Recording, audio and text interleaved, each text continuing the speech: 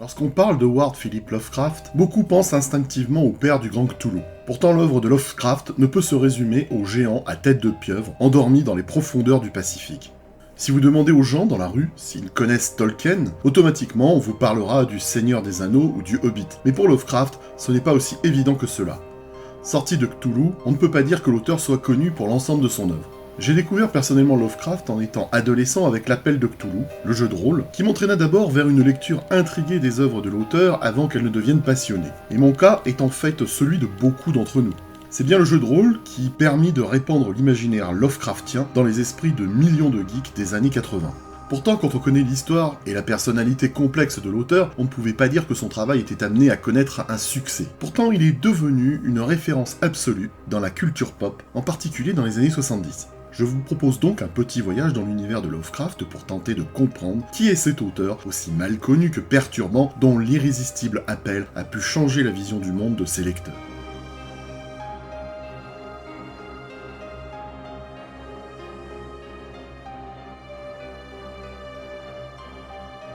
Bien moins connu que sa créature tentaculaire, Lovecraft est surtout réputé, comme dit dans l'introduction, pour être le père de Cthulhu, créature mythique née à la fin des années 20, dans la nouvelle intitulée L'Appel de Cthulhu, publiée dans le pulp Weird Tales. Cette créature cosmique, dormant dans les ténébreux abysses de la cité R'lyeh, a stimulé l'imaginaire de milliers de créateurs. On le voit partout dans la pop culture, que ce soit dans la BD, les jeux vidéo ou les figurines, jusqu'à aujourd'hui, comme par exemple dans le manga de Gutanabe, en passant par un projet de film qui hélas a été abandonné par Guillermo del Toro.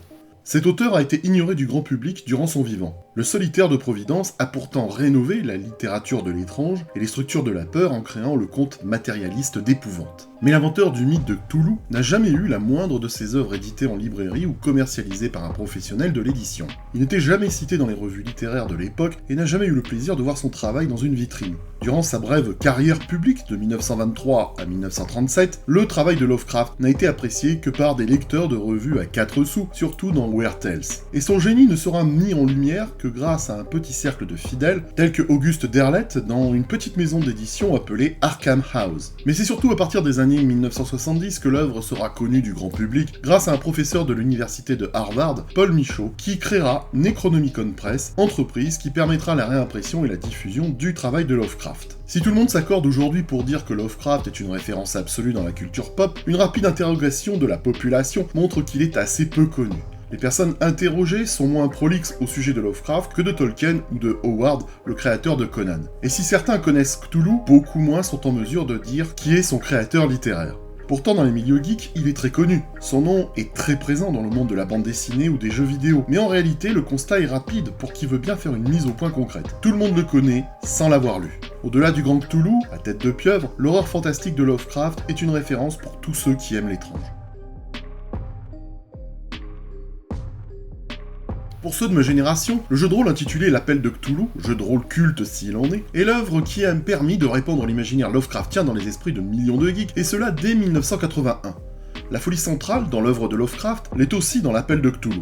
Ce jeu de rôle est non seulement le deuxième plus connu du monde après Donjons et Dragons, mais il est encore régulièrement réédité et augmenté de nouvelles versions et suppléments. Car cet univers de folie est toujours aussi apprécié des amateurs qui aiment le côté subversif et viscéral de Lovecraft. Toutefois, et même si l'Appel de Cthulhu a toujours connu un succès jamais démenti, il a aussi ses détracteurs. Ceux qui n'aiment pas que leurs personnages meurent ou deviennent fous. Et pourtant, le concept est génial. Il s'agit bien d'interpréter des personnages ordinaires qui vont croiser l'horreur et le fantastique, et non pas des investigateurs stupides qui chercheraient à maîtriser l'occulte et à affronter des monstres. Toute personne bien sensée ne voudrait pas le faire dans la vraie vie. En réalité, jouer à se faire peur, ou avoir peur, est une démarche saine pour notre santé mentale. Mais surtout, le monde de Lovecraft offre une introspection sur l'être humain en même temps qu'une analyse sur la conscience de l'inconcevable. S'ajoute à cela l'immensité de l'ailleurs face auquel l'homme n'est rien. Les écrits de Lovecraft posent la question de notre attitude face à des cultures et des folklores populaires qui nous mettent mal à l'aise. Par rapport aux repères que nous avons dans notre société et de la norme que nous avons définie, la découverte des cultures ésotériques, souvent exubérantes, pour ne pas dire dérangeantes, peut nous faire passer pour fous aux yeux des autres. Mais l'érudit est-il fou ou juste plus cultivé que les autres? Voilà bien des questionnements philosophiques que l'œuvre de Lovecraft soulève. Lovecraft, c'est aussi le défi de l'indicible et de l'indescriptible. Le fait même de vouloir proposer une description de ce qui est indicible revient à gravir l'Everest de la littérature ou de l'imaginaire. Pour schématiser, l'œuvre de Lovecraft développe 4 thèmes principaux. D'abord, ses écrits parlent d'anciennes civilisations extraterrestres, avec des dieux étrangers dont le grand Cthulhu fait partie. On voue des cultes dans certaines sociétés pour rappeler ces dieux endormis. L'autre thème est celui du livre maudit, le fameux Necronomicon qui permet d'entrer en contact avec les entités extraterrestres, dont les grands anciens.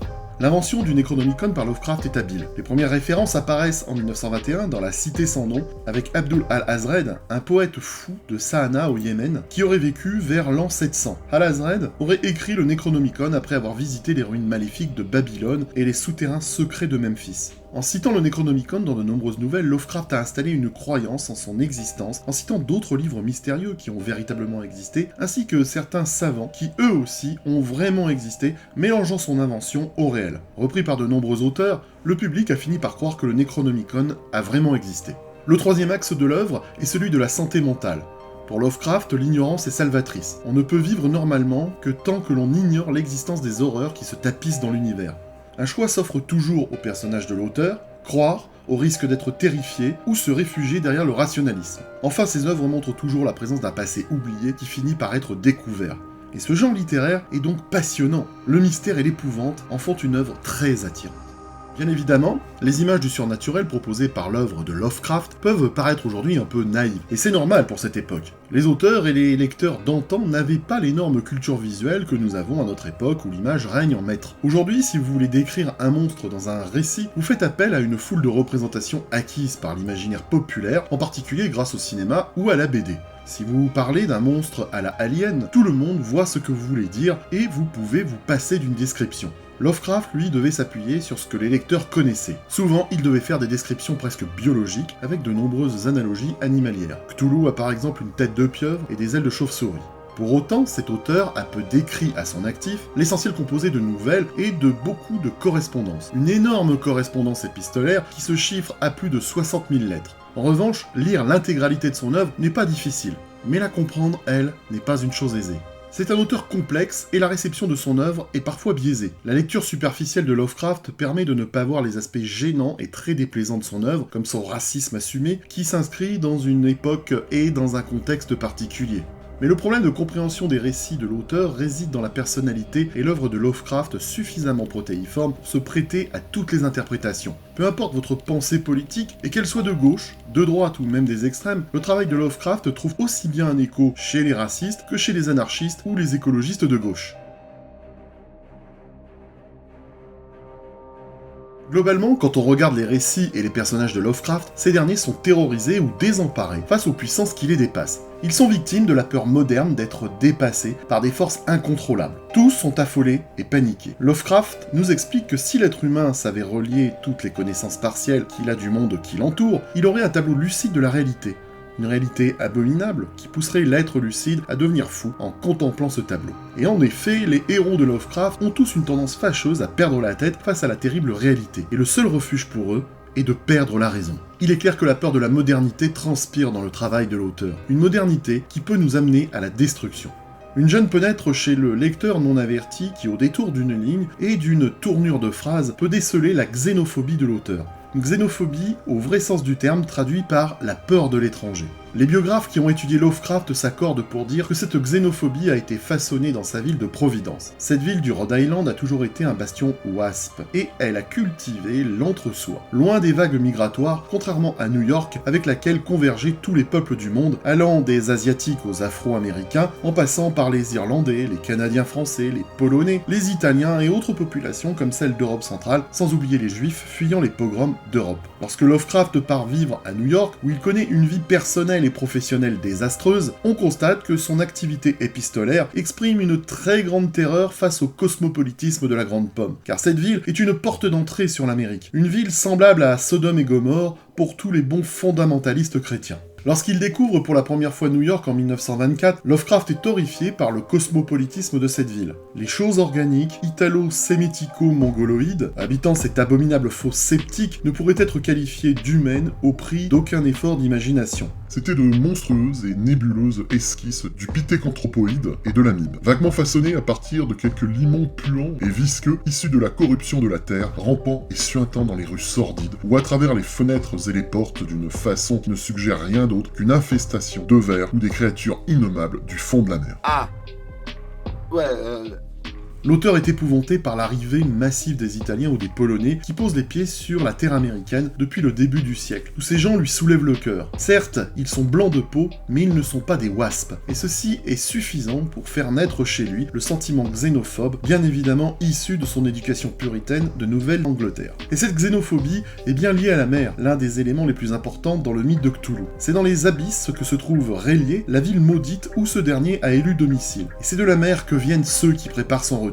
Cette terreur de la mer et de ces créatures infâmes est décrite à merveille dans le cauchemar d'Innsmouth. Dans la nouvelle, le narrateur arrive dans cette étrange ville peuplée d'êtres bizarres, humains certes, mais leurs traits rappellent ceux des poissons, avec une peau sans écailles mais sentant fortement l'odeur de la mer. Des créatures qui lui inspirent un sentiment de crainte et de menace, le tout remarquablement décrit avec une habileté littéraire. Et l'épouvantable terreur du narrateur trouve bel et bien ses racines dans le sentiment de Lovecraft au quotidien. C'est de la mer qu'arrivaient les immigrants. Et dans son phrasé impeccable, l'auteur décrit l'étranger venu de la mer comme non humain, produit pur d'un indéfectible péché originel de n'être point wasp. Une menace insidieuse, bien résolue à détruire l'ordre humain existant, qui conduira le narrateur du récit à la réclusion volontaire dans sa demeure, tel un assiégé. Xénophobe, les écrits de Lovecraft plongent aussi dans le racisme le plus total. Dans le cauchemar d'Innsmouth, il nous décrit avec effroi une hybridation forcée entre les habitants d'une petite ville côtière et des créatures amphibiennes non humaines et maléfiques. La mer, toujours et encore, la mer, objet de toutes ces terreurs, décrites dans le mythe de Cthulhu. C'est elle qui amène les immigrants porteurs de malheur qui finissent par se mélanger aux populations locales. Et le discours sur l'étranger est similaire dans La couleur tombée du ciel, où Lovecraft présente une météorite qui s'abat sur les terres d'une famille de fermiers wasps, comme un corps étranger qui rend malades les animaux et ruine les récoltes, pour finalement s'en prendre aux humains. Là encore, une métaphore sur l'immigration et l'autre, qui vient bouleverser un équilibre social harmonieux et réglé. Lovecraft est assurément le produit d'une société américaine où le racisme est de rigueur. c'était la mode à l'époque. Adepte de l'arianisme, concept qui n'est pas encore à mettre en relation avec les atrocités des nazis, Lovecraft est séduit par la genèse du 19e siècle de Houston Stewart Chamberlain, un essayiste qui expliquait que la race indo-européenne, dite aryenne, serait l'ancêtre de toutes les classes dirigeantes d'Europe. Thèse courante chez les vieilles familles nativistes d'Amérique, qui partageaient cette mentalité commune renforcée par la domination anglo-saxonne du monde. Dans Herbert West, Réanimateur, qui sera adapté au cinéma dans Reanimator, Lovecraft se lâche dans un mépris raciste pour un personnage noir. Il était répugnant, une chose qui ressemblait à un gorille avec des bras anormalement longs que je ne pouvais m'empêcher d'appeler pattes de devant, et un visage qui évoquait les secrets indicibles du Congo et le martèlement des tam-tams sous une lune sinistre. Le corps devait être encore pire vivant, mais le monde recèle tant de choses hideuses. Il est indéniable que c'est l'épisode new-yorkais de Lovecraft, dans le milieu des années 20, qu'il a éprouvé et qui fait évoluer son art. C'est bel et bien son racisme et sa misanthropie qui lui ont fait écrire ses plus grands récits tels que L'Abomination de Dunwich, Les Montagnes Hallucinées et Le Cauchemar d'Innsmouth. Toutefois, au fur et à mesure que le temps avance et qu'il multiplie ses contacts avec des correspondants divers, Lovecraft finira par revenir sur beaucoup de ses préjugés. À la fin de sa vie, Lovecraft regrettera même certains de ses écrits des années 20 et il votera même pour le démocrate Roosevelt et sa politique du New Deal aux accents socialistes. Il deviendra même plus tolérant avec certaines cultures, même capable d'apprécier les qualités de peuples très différents du sien. Il changera d'avis, par exemple, sur les Canadiens français, même si nous ne le cachons pas, sa vision négative des Noirs n'évoluera jamais vraiment chez lui. Paradoxalement, ses écrits racistes ou antisémites sont totalement en inadéquation avec sa vie quotidienne. Il a épousé Sonia Green, une juive ukrainienne, et son meilleur ami est également juif. De même, dans son enfance, et avant ses 6 ans, Lovecraft se disait de culture arabe, créant dans sa chambre tout un espace dédié à cette même culture. Pour comprendre Lovecraft, il faut donc bien le remettre dans le contexte de l'époque. C'était un anglophile loyal qui avait toujours eu du mal avec la déclaration d'indépendance de sa patrie. Développant un snobisme de classe, il rejetait le monde moderne et se déclarait un gentleman victorien. Issu de sa culture wasp, l'auteur était sujet à la rigidité et au conservatisme comme bien des hommes de son époque. Nous ne sommes pas là pour en faire son procès, mais bel et bien pour comprendre sa façon de penser, pur produit d'une certaine Amérique refermée sur elle-même. Mais réduire l'œuvre de Lovecraft au racisme est assez réducteur. Il l'était, mais pour autant il développa des qualités intellectuelles, littéraires et poétiques que nous nous devons d'observer à présent. Rationaliste, athée, il est également très ouvert d'esprit. Il s'appuie sur des données et jamais sur la croyance, et en cela, il n'est pas un dogmatique. Lovecraft est un matérialiste, et il est d'ailleurs l'inventeur d'un genre inédit, le conte matérialiste d'épouvante, inscrit dans un cadre mythologique terrifiant, car cohérent et scientifiquement plausible. Dans la plupart de ses œuvres, ces personnages sont des matérialistes qui se rendent compte que l'ésotérisme met parfois en évidence certaines réalités, jusqu'alors réfutées par la science. En fait, l'homme n'est rien, il n'a pas de dessein intelligent, et donc il n'y a pas de Dieu qui l'ait créé, car la vie n'a pas de sens. Et il y a encore moins de Dieu bienveillant. Dans son œuvre, le cosmos est écrasant, et l'univers de Lovecraft est lugubre. Il échappe à la logique humaine, et il est surtout sans but. Ces monstres, avec leurs mœurs, ne sont pas concernés par les conceptions humaines. Les grands anciens nous ignorent comme nous méprisons les insectes au quotidien. Amorales et sans pitié, les entités cosmiques sont indifférentes aux préoccupations humaines. S'ils n'adhèrent pas à la théosophie, ce courant philosophique et religieux en recherche de spirituel perpétuel, ils s'en inspirent toutefois dans ses écrits. De même, ses influences littéraires en matière de fantastique sont nombreuses et variées. Il connaît le Frankenstein de Mary Shelley, Udolpho d'Anne Radcliffe, The Centaur d'Algernon Blackwood, mais surtout Edgar Allan Poe, qui est au cœur de son influence. Il se passionne également pour le livre des damnés de Charles Fort. C'est de là qu'il tire son idée des grands anciens. Charles Fort recense dans son livre tout ce qui n'a pas été expliqué, et il est en fait l'ancêtre des X-Files. De quoi susciter un intérêt pour l'étrange et l'inexpliqué.